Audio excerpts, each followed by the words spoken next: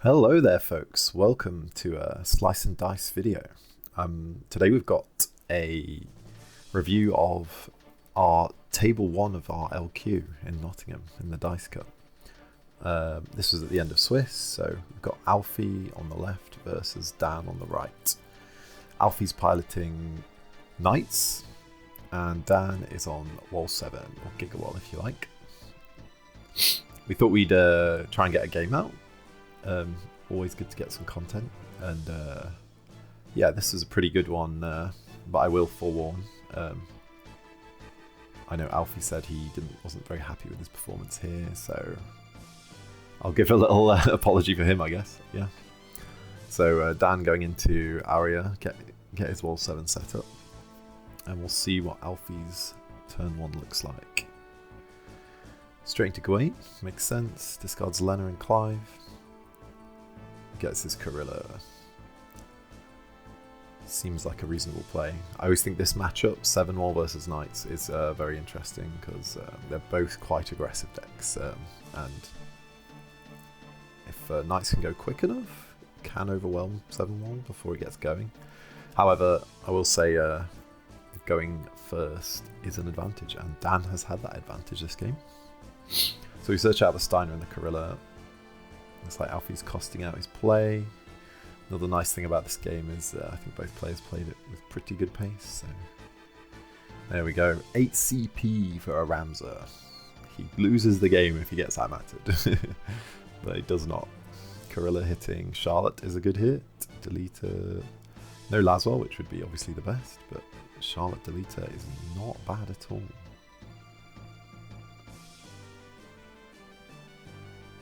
So Alfie getting those 5 bodies down on the board nice and quickly, and we'll see if Dan can respond.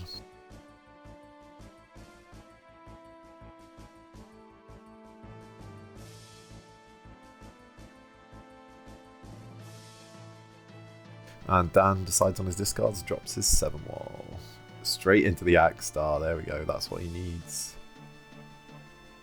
No doubt he's playing this Axe Star, right? I wonder if he's holding any S's as well. Negate this Ramsar trigger. That would be ideal. Dan taking a big think here.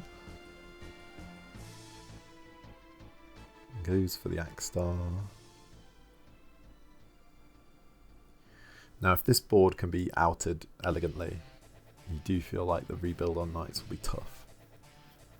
But the value that Corilla generates is just kind of unrivaled as far as bodies for cost goes, especially the bodies that do things. Just having interaction, being rewarded for making 1 million bodies is one of Knight's best benefits. But yeah, it looks like we're going for Diana.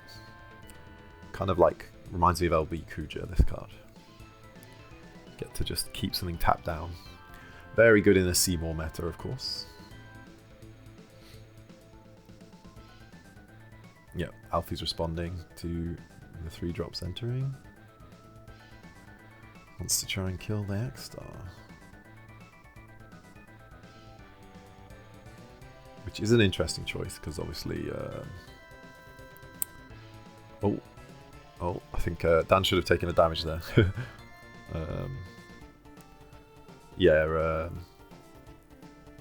Problem with killing an Axe Star is you give them an opportunity to do another dull freeze in the future, right? So maybe you just let your Charlotte die to...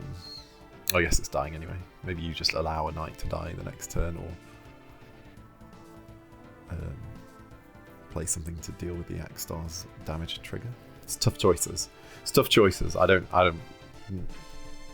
Oh, there you go. They've remembered that they need to take damage now. So not the best from the players, obviously, because he took the damage, but not the right card went to damage it. If you want to be pedantic about it, but you know, if players agree between themselves and there's no judge around, then the game goes on.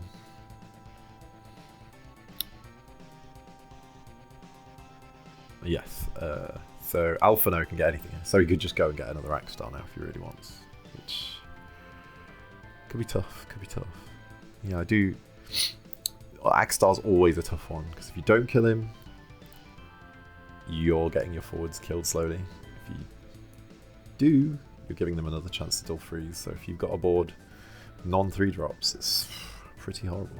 Dan elects to go for a wall special here, 4 drop, and looks like he passes the turn there. Alfie draws up to 2, and we can see he's got Laswell in his hand. I think he drew a Corilla. Laswell, Corilla. He's looking to pass, which is not a bad play at all. You're looking to get the hand size up for the next round. Keeping hand size on these kind of turbo aggro decks is a strange art, one that I've not really got much experience with. But yes, I'm always surprised when I'm against Knights where their hand size always seems higher than it should be to me. I'm here trying to play fair games with control decks. Oh, here you go.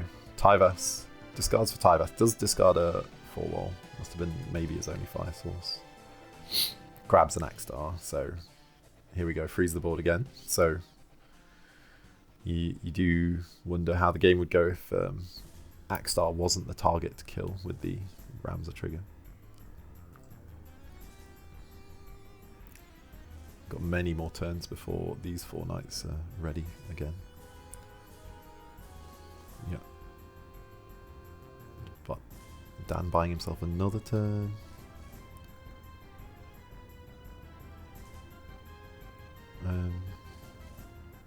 And he plays the Gilgamesh off the Axstar. That's scary. How many elements are we looking at then? You can see at least 5 in there. So I don't think we're at the full complement.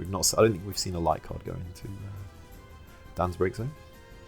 Dan's been having a lot of good results on this 7-wall deck, but I think he's been third at 3 or 4 LQs, so always getting very close. Oh, Alfie drops a Laswell. Excuse me. I think we dual freeze the Gilgamesh. Yeah. Dan's someone who doesn't turn his cards all the way upside down when they're frozen, which is technically fine, but it's a bit of a memory test, you know. As illustrated. Like, because we got given those freeze counters and yonks ago in a pre-release, technically you like use them and not turn your card upside down, but I definitely prefer turning cards upside down. It's very nice and clear board state. I like my board states clear and clean. More clear than clean, I suppose. I've been accused of being messy. Anyway, back to the game at hand. Alfie drops a light Una. And he's frozen the Gilgamesh last turn. He's electing to duel Axstar and Diana, which is fair. He doesn't want the swing coming through.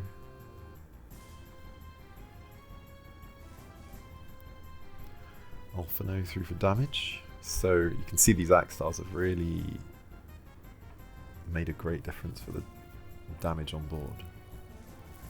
But that's a lot of stuff that can untap, and at this point Dan can't infinitely keep playing these Axstars.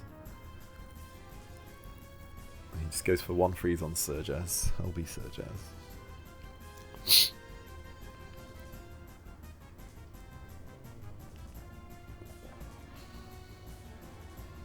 And Alfie begins his turn. Gets to untap 3 Knights and Una. So games gets very interesting here at this point. No Corilla on board, so that's an option.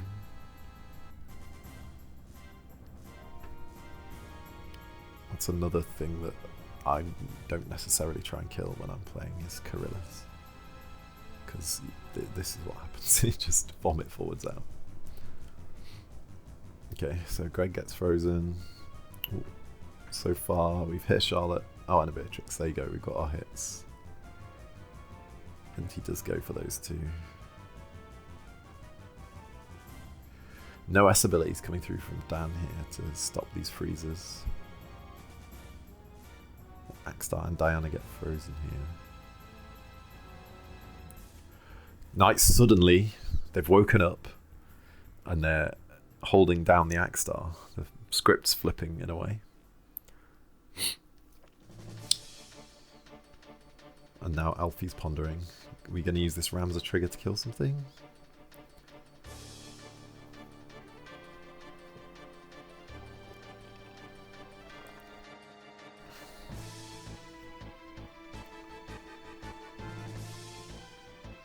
Does go in for the Ram's trigger. Ooh, kills the Gilgamesh. Again, a similar thing with Axstar. It was frozen too. Swings on deleter. This is buffed, so Surges would trade with it, I believe. Maybe it's bigger.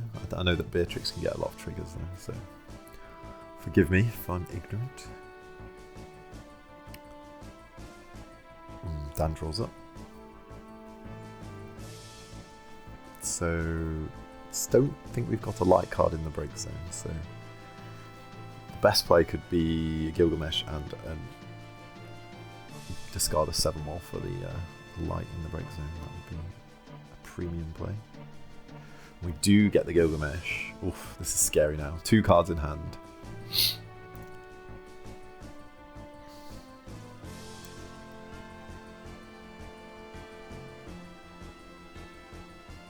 Will we see a special here? Oh, he's got the light one. Oh my goodness. And Alfie scoops it up. Yeah, I think he knew that he knew he shouldn't be killing Gilgamesh there. So good game, a really good game for both players. Yeah, and thanks for joining us, folks. Hopefully we can get more videos out and get some really interesting ones with you. But this was fast and table one, so I thought this will be a good one. And thanks for joining us, folks. Take care. See you again.